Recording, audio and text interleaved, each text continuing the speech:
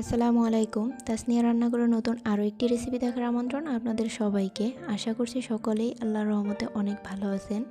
আবারও হাজির হয়ে গেলাম নতুন একটি রেসিপি নিয়ে। আমার আজকের রেসিপি কুড়মুড়ে মুগ ডাল ভাজা বা ডালমুট। এটা সাধারণত আমরা দোকান থেকে কিনে খেয়ে থাকি, কিন্তু আপনি চাইলে খুব সহজে আর অল্প উপকরণে স্বাস্থ্যকর উপায়ে ঘরেই তৈরি করে নিতে পারেন।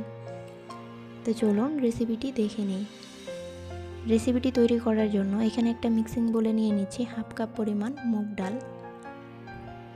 এখন এই মুগ ডালটাকে আমি পর্যাপ্ত পরিমাণ পানি দিয়ে ভিজিয়ে নিব, আর কয়েকবার পানি পাল্টিয়ে কুচলিয়ে ভালো করে পরিষ্কার করে নিচ্ছি।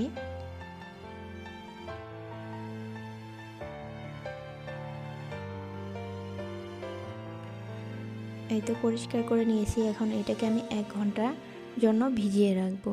তো ফিরে আসলাম 1 ঘন্টা পর। দেখেন ডালটা আমার ফুলে কিন্তু ডবল হয়ে গেছে। আপনাদের হাতে যদি সময় বেশি থাকে তো বেশি সময়ের জন্য ভিজিয়ে রাখতে পারেন। ডালগুলোকে আমি পানি ঝরিয়ে একটা ছাঁকনিতে নিয়ে নিয়েছি। এখন এই ডালগুলোকে একটা প্লেটের টিস্যুর উপরে নিয়ে নিচ্ছি। আপনারা চাইলে যে কোনো সুতি কাপড় দিয়ে ওটা মুছে নিতে পারেন। প্লেটে ছড়িয়ে নিয়ে আমি আরও 2টা টিস্যু দিয়ে উপর থেকে এইভাবে চেপে চেপে পানিটা মুছে নিচ্ছি।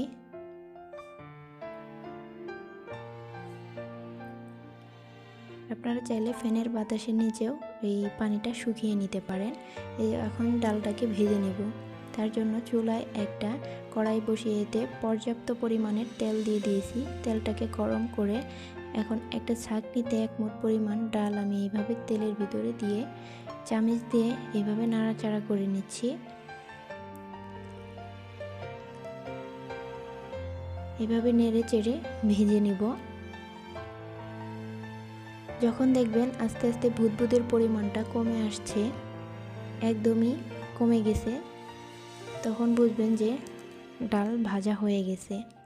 বেশি ভাজতে যাবেন না। বেশি কালার করে ভাজলে দেখা যাবে ডালটা ঠান্ডা হওয়ার পরে ডালের কালারটা কালো হয়ে গেছে এবং কি ডালটাও পুড়ে গেছে, খেতেও ভালো লাগবে না। তো এখন একটা প্লেটে টিস্যু বিছিয়ে এর উপরে ডাল ভাজাগুলা নিয়ে নিচ্ছি। আমি আবারও 1 মুঠ ডাল দিয়ে ভেজে নিচ্ছি। আমি একইভাবে 3-4 বেসে ডালগুলো আমি ভেজে নিব।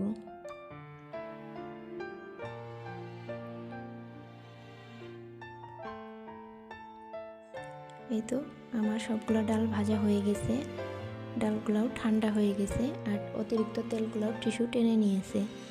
এখন একটা বক্সে এই ডালগুলো আমি নিয়ে নিচ্ছি। এর ভিতরে মশলা অ্যাড করব।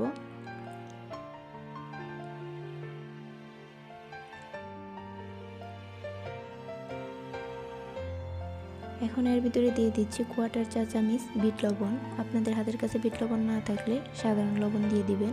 আর দিয়ে দিচ্ছি 1/4 চামচ মরিচের গুঁড়া, 1/4 চা চামচ হলুদের গুঁড়া, আর দিয়ে দিচ্ছি 1/4 চা চামচ ভাজা জিরার গুঁড়া। এখন ঢাকনাটা লাগিয়ে একটু ঝাঁকিয়ে নিব। মোট কথা মশলাটা ডালের ভিতরে মিশিয়ে নিব। এখন এইটা আপনারা একটা কন্টেনার বক্সে ভরে 1 থেকে 1.5 মাস পর্যন্ত সংরক্ষণ করে খেতে পারবেন। আমি আশা করছি আমার আজকের ভিডিওটি দেখে আপনারা ঘরে ট্রাই করবেন আর আপনাদের ডালমুট কিনে খেতে হবে না। আজকের ভিডিওটি ভালো লাগলে একটি লাইক দিবেন আর ফ্রেন্ডস এবং ফ্যামিলির সাথে শেয়ার করবেন, আর সেই সাথে আমার চ্যানেলটি সাবস্ক্রাইব করবেন। সকলেই অনেক সুস্থ থাকবেন, ভালো থাকবেন। আল্লাহ হাফেজ। আসসালামু আলাইকুম।